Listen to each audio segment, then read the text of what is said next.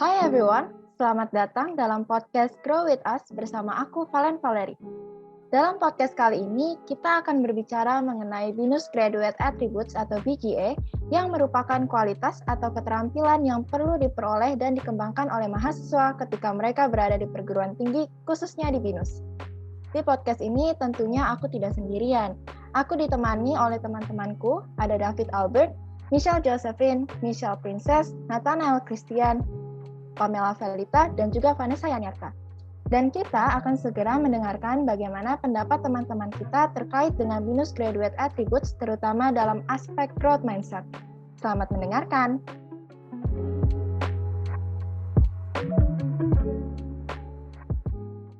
Halo teman-teman, gimana nih kabar kalian hari ini? Baik, Len. Baik. Oke, baik semua ya, bagus deh kalau gitu. Nah, hari ini nih kita akan membahas tentang growth mindset yang merupakan salah satu nilai yang terkandung dalam Binus Graduate Attributes. Aku dan juga mungkin para pendengar itu ingin tahu nih tentang pengetahuan dan pengalaman pribadi kalian terkait dengan growth mindset. Jadi di podcast kali ini tuh kita sharing satu sama lain aja. Nah, aku tunjuk ya untuk yang pertama kali sharing itu aku minta dari Vanessa dulu deh. Oke, dari aku ya. Kalau dari aku, growth mindset itu secara nggak langsung mungkin udah aku terapkan di kehidupan sehari-hari. Dan walaupun kadang aku nggak sadar, aku rasa ini salah satu attributes yang harus banget kita pursue gitu. Misalnya ya, kalau di kehidupanku sehari-hari, kayak ketika kita lagi belajar, aku percaya kalau aku bertanya di kelas atau aku memberanikan diri buat menjawab pertanyaan dosen, itu adalah salah satu bentuk growth mindset juga. Kenapa begitu? Karena kadang aku sendiri juga masih nggak percaya diri nih, dan masih merasa kalau, wah kayaknya kalau aku nanya, bakal dijudge bodoh deh sama yang lain. Tapi sekarang ini aku mulai berusaha untuk mikir, loh, kan aku harus berusaha. Berusaha buat paham sama pelajaran ini yang bisa bantu aku di masa depan. Simpelnya, masa depanku itu bergantung sama aku yang sekarang. Jadi aku yakin kalau growth mindset ini adalah pola pikir dan pilihan habit yang aku bentuk dari hal-hal sederhana. Kayak itu tadi, milih untuk memberanikan diri ketika aku lagi nggak berani. Aku rasa itu sih pengalamanku tentang growth mindset. Wah, iya, setuju banget tuh. Kayaknya masih banyak ya mahasiswa yang kurang percaya diri untuk bertanya dengan alasan takut kalau pertanyaannya tuh kurang berbobot, atau takut kalau ternyata kita tuh satu-satunya yang nggak paham dan masih banyak alasan lain. Padahal benar yang kamu bilang, Nes, kalau dengan berani bertanya, berarti itu kita mempunyai growth mindset. Thank you ya, Vanessa, karena udah sharing pengalaman kamu. Sekarang aku minta kamu untuk tunjuk teman kita yang lain untuk sharing. Oke, makasih banget ya Valen. Kalau gitu sekarang aku mau coba nanya ke David deh. Kalau dari David sendiri, ada nggak sih pengalaman kamu tentang si growth mindset ini? Atau mungkin kamu punya pemahaman ataupun definisi tersendiri tentang si growth mindset? Boleh dong cobain cerita ke kita? Oke, thank you Vanessa buat kesempatannya. Kalau growth mindset menurut aku sendiri itu merupakan sebuah pemikiran yang mau terus berkembang dan tidak bertahan atau berhenti dalam suatu keadaan. Sebenarnya growth mindset ini sama seperti yang sudah dijelaskan oleh Vanessa sebelumnya, di mana growth mindset tanpa kita sadari sudah terjadi dan diterapkan di kehidupan kita sehari-hari. Contoh untuk pengalaman dari aku sendiri terjadi biasanya terhadap nilai suatu mata pelajaran. Misalnya memiliki suatu target yang perlu kita capai secara bertahap. Kemudian ketika sudah mencapai nilai maksimal, maka yang akan aku lakukan adalah mencoba untuk bertahan dapatkan nilai maksimal tersebut. Karena pada dasarnya growth mindset, menurutku sendiri, adalah pemikiran yang sempurna dari perkembangan maksimal yang sudah terjadi dan tidak dapat berkembang lagi. Kemudian, menurut aku, growth mindset ini juga perlu dibarengi dengan kegiatan yang membangun growth mindset tersebut, seperti pantang menyerah, berani mengambil tantangan, dan tidak berhenti untuk mempelajari hal-hal baru. Wah, nggak kalah menarik juga nih penjelasan dari David tentang growth mindset itu sendiri. Aku pribadi setuju sih sama apa yang dikatakan oleh David, kalau untuk membangun growth mindset itu juga harus disertai dengan usaha yang membangun juga. Karena kalau dari kitanya sendiri aja nggak mau berusaha untuk mempunyai pemikiran yang berkembang, ya bakalan susah juga untuk menumbuhkan growth mindset itu. Yang ada kita akan menjadi pribadi yang stuck gitu di satu pola pemikiran, cepat puas, dan tidak tertarik untuk explore ke hal-hal yang baru. Thank you ya David atas opininya, bagus banget. Sekarang kamu boleh tunjuk nih teman kita yang lain untuk sharing. Wah, sekarang aku coba dong mau dengar penjelasan atau bahkan pengalaman dari Michelle Josephine mengenai growth mindset ini sendiri dong. Thank you, David. Selain yang dikatakan teman-teman, menurutku growth mindset adalah ketika kita tekun dan pantang menyerah. Tanpa disadari, di dunia perkuliahan akan muncul banyak permasalahan yang kadang membuat aku merasa nggak sanggup. Pada saat itulah aku perlu menumbuhkan growth mindset. Salah satu cara yang biasa aku pakai yaitu mengingat tujuan akhir yang pengen dicapai supaya aku termotivasi untuk terus berusaha meski dalam keadaan sulit.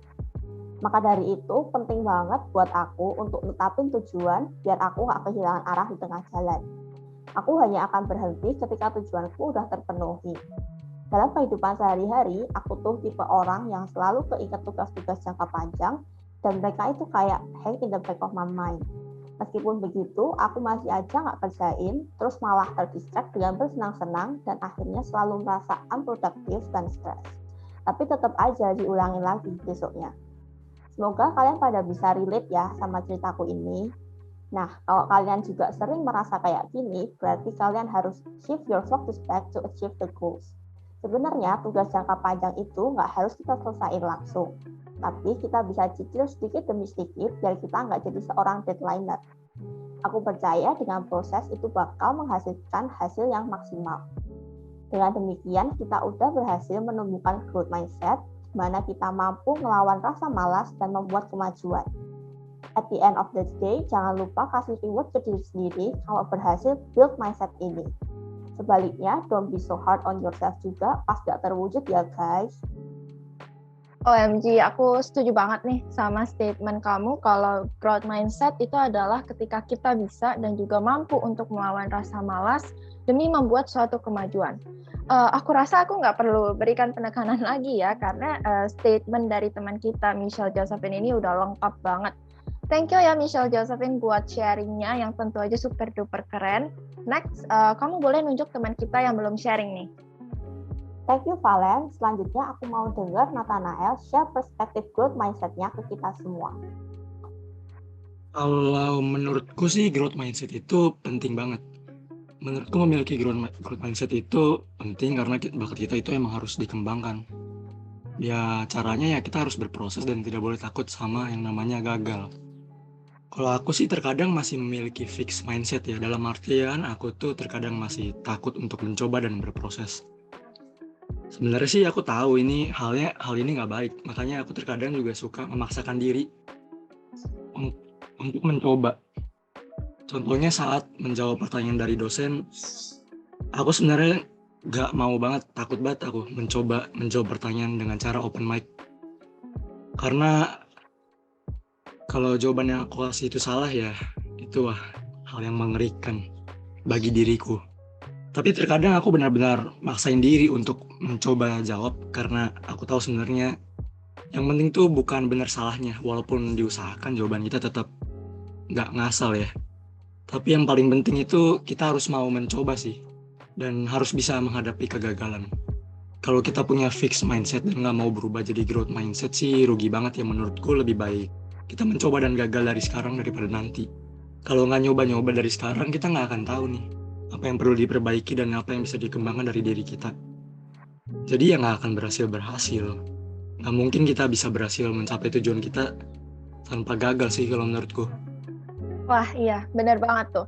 Kalau dilihat-lihat banyak ya mahasiswa yang sebenarnya tahu jawaban dari pertanyaan yang diajukan sama dosennya, tapi nggak berani jawab, entah itu karena malu atau takut salah gitu, nggak sesuai dengan ekspektasi dosen. Takutnya kan kayak gitu ya, karena jujur aku juga terkadang masih seperti itu. Tapi benar kata kamu, kalau kita itu harus coba jawab. Ya nggak apa-apa, jawab aja apa yang kita tahu selama jawaban itu nggak melenceng dari pertanyaannya. Benar salahnya itu urusan belakang. Kalau benar ya syukur, kalau salah ya nggak apa-apa gitu kan. At least kita tahu gitu salahnya ada di mana. Oke, thank you Nathanael buat penjelasannya. Next, kamu mau tunjuk siapa nih? Next, aku mau dengar pandangan tentang growth mindset dari Michelle Princess deh. Okay, thank you. Menurut aku, growth mindset adalah sebuah pola pikir yang memahami bahwa kemampuan atau bakat yang dimiliki dapat terus dikembangkan. Pengembangan bakat tersebut dapat dilakukan dengan berbagai cara, misalnya dengan kerja keras, menggunakan strategi yang tepat, mendengarkan masukan orang lain, dan lain-lain. Salah satu contoh pengalaman pribadi aku tentang growth mindset ini adalah saat aku umur 4 tahun, aku mulai belajar bermain catur karena melihat koko aku yang suka bermain catur. Jadi aku ikut les. Dengan ikut les catur ini, sangat membantu aku untuk mengembangkan kemampuan bermain catur dan mulai belajar dari dasar. Lalu waktu pertama kali ikut lomba, tentu aja aku nggak langsung menang. Dengan growth mindset ini dapat membantu aku untuk menerima kegagalan. Tidak apa-apa jika aku gagal, setidaknya aku belajar sesuatu. Sekitar 1 tahun kemudian, aku ikut les di tempat lain juga, jadi lesnya itu 2 kali dalam seminggu. Setelah itu di umur 5, aku juara 2 Popda SD tingkat kecamatan. Tapi karena waktu itu aku masih TK, aku nggak dibolehin ikut Popda tingkat kota. Masalah itu akan selalu ada, namun hal tersebut dapat menjadi peluang untuk tumbuh dan berkembang, dan terus mempersiapkan diri untuk kedepannya. Setelah itu, aku pernah menang Kejurprov 2 kali, yaitu medali perunggu di tahun 2011 dan medali emas di tahun 2012. Sampai sekarang aku masih bermain catur dari online hanya sebagai hiburan. Wah, keren banget. Ya ampun, aku sampai speechless gitu dengarnya. Kayak ternyata temanku ini jago loh main catur dan pernah menang kejuaraan provinsi. Keren banget. Tapi aku juga setuju nih sama kamu kalau dengan adanya growth mindset itu akan membantu kita menerima kegagalan dan terus mencoba lagi. Sehingga semakin banyak nih kita mencoba, latihan terus-menerus, kita itu juga akan semakin tumbuh dan berkembang juga. Karena gak sedikit loh orang-orang yang sekalinya gagal, mereka tuh udah langsung nyerah dan gak mau nyoba lagi. Padahal kan kita nggak tahu ya prestasi apa yang akan kita dapatkan ke depannya kalau kita terus berusaha walaupun sering gagal. Bagus banget statementnya. Thank you banget buat Michelle Princess atas sharingnya. Oke, next, orang terakhir yang belum menceritakan opini atau pengalamannya adalah the one and only Pamela Felita. Makasih, Len. Oke, mungkin terkait growth mindset seperti apa, kurang lebih udah tahu dan jelas karena emang udah dijelasin sama teman-teman sebelumnya. Nah, kalau dari pengalaman aku sendiri nih terkait growth mindset itu mungkin di saat aku SMP kali ya. Pas aku SMP, aku anaknya tuh yang benar-benar menganggap remeh semua hal. Seperti contohnya itu tugas. Aku selalu nunda buat ngerjain tugas-tugas aku karena aku ngerasa kayak tugas itu tuh nggak gitu penting. Sampai udah mepet sama deadline baru aku buru-buru kerjain. Selalu terulang seperti itu sampai aku sendiri jadi keteteran sama tugas-tugas aku yang pada akhirnya tuh selalu numpuk gitu. Dan pas itu aku sadar, wah aku gak bisa nih begini terus, aku harus bisa nih ubah kebiasaan buruk aku ini. Dari sana aku mulai mengubah mindset aku kalau tugas itu penting, wajib, dan emang gak boleh ditunda kerjainnya. Nah selain itu aku anaknya dulu gak berani banget buat ngambil tanggung jawab yang aku rasa tuh, wah kayaknya aku gak akan bisa nanggung tanggung jawab tuh yang seberat ini deh. Tapi Mama ngomong sama aku, kalau nggak belajar dari sekarang buat bertanggung jawab, nanti kedepannya kamu gimana mau berkembang? Dari Mama aku jadi memberanikan diri untuk mendaftarkan diri menjadi OSIS, sehingga bisa menjadi ketua OSIS yang which is membuat aku bisa belajar bertanggung jawab, leadership, dan semua pengalaman yang aku dapetin dari sana tuh ternyata emang berguna banget buat aku di masa depan. Oke, ini untuk cerita terakhir ya. Jujur aku salah satu korban seksual harassment. Mungkin untuk kejadiannya aku langsung ke intinya aja, yaitu aku pernah direkam saat mandi di toilet umum kolam renang. Tapi memang saat itu beruntungnya nggak kerekam karena aku sadar duluan dan video itu nggak jelas, nggak kelihatan karena untungnya temboknya tinggi dan mungkin sulit untuk pelaku buat ngerekam. Jujur dari kejadian itu, aku memiliki mindset bahwa apa emang aku yang salah ya? Itu aib yang sangat amat menjijikkan. Yang membuat aku sampai detik ini masih trauma jika mengenai dengan kolam renang dan suka gemetaran sampai sekarang. Mental aku benar-benar kacau saat itu. Dan memang hampir ingin memutuskan untuk pergi ke psikolog. Tapi karena berkat dukungan keluarga, sahabat, dan kepala sekolah aku, mindset aku perlahan-lahan berubah dari yang aku mikir emang semua kejadian ini tuh emang pure salah aku. Jadi, no, it's not your fault. Tapi emang kesalahan orang itu yang memang minim moral dan dari sana aku bisa bangkit sih perlahan-lahan. Dan terus menetapkan mindset di diri aku bahwa memang itu salahnya dia, bukan salah saya. So, aku pengen kasih tahu buat mungkin perempuan di luar sana yang mengalami kejadian serupa sama seperti aku atau menjadi korban seksual harassment lainnya, please tolong jangan memiliki bahwa kamu yang salah karena itu sama sekali nggak benar gitu. Semua salah pada pikiran dan perilaku dari si pelaku. Mungkin dari aku terkait girl mindset aku itu aja sih. Aku yakin pasti beberapa dari kalian mungkin kaget dengernya deh. Karena emang aku pertama kalinya memberanikan diri sih buat cerita begini secara umum, secara gamblang. Oke, kan dari tadi aku sama yang lain nih udah sharing nih. Sekarang giliran kamu, Len. Mungkin juga yang lain pada penasaran ya sama pengalaman kamu atau opini kamu nih terkait girl mindset itu tuh seperti apa sih? Boleh kali di-share ke kita. Well, thank you banget, Pamel. Sebenarnya tuh udah nggak ada lagi ya yang perlu aku jelaskan terkait dengan growth mindset itu karena teman-teman sebelumnya juga udah menjelaskan secara lengkap gitu. Tapi kalau untuk sharing, aku ada nih cerita yang berkaitan dengan tumbuhnya growth mindset dalam diri aku. Jadi dulu tuh semasa sekolah, aku bisa dikatakan anaknya itu suka belajar dan selalu mau nilai yang bagus gitu.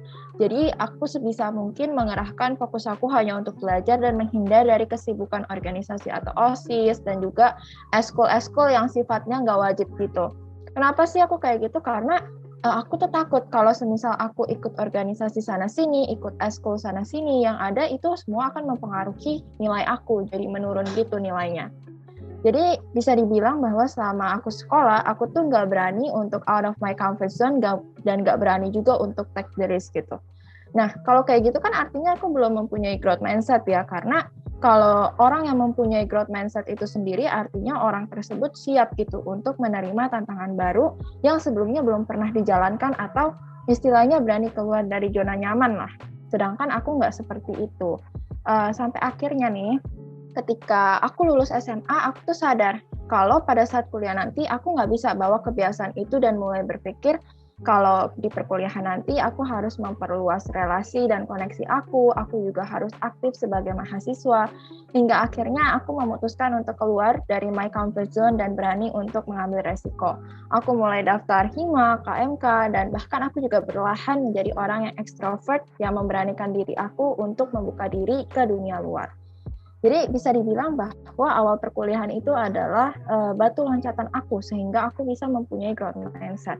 Dan ternyata dengan keluar dari zona nyaman nih, aku tuh mendapatkan banyak banget pelajaran baru. Mulai dari bagaimana mengatur waktu yang baik, bagaimana cara membangun relasi yang baik, dan masih banyak lagi. Gitu sih kalau dari aku. Dan podcast kali ini tuh kayaknya, udah bukan kayaknya lagi sih, tapi emang banyak memberikan kita pelajaran baru ya, dari opini dan juga pengalaman yang udah kita share. Dan aku bisa simpulkan bahwa dengan growth mindset itu akan membuat seseorang memiliki cara berpikir yang bertumbuh dan berkembang, siap menerima tantangan dan pelajaran baru yang belum pernah dikuasai, tahan menghadapi rintangan dan tidak banyak mengeluh, melihat usaha menjadi bagian untuk menjadi mahir, serta mau menerima nasihat dan belajar dari kritik. Dan dari pengalaman yang udah kita share juga menjadi bukti konkret bahwa growth mindset itu akan membawa diri kita ke arah yang lebih baik lagi. Jadi aku berharap semoga kita semua dan teman-teman yang mendengar podcast ini dapat menumbuhkan growth mindset dan ingat harus disertai dengan usaha juga.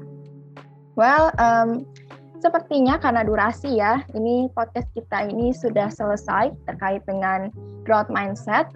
Kalau gitu, kita akan mengakhiri podcast ini. Senang banget hari ini aku dan pendengar mendapat pelajaran yang berharga terkait dengan BGA.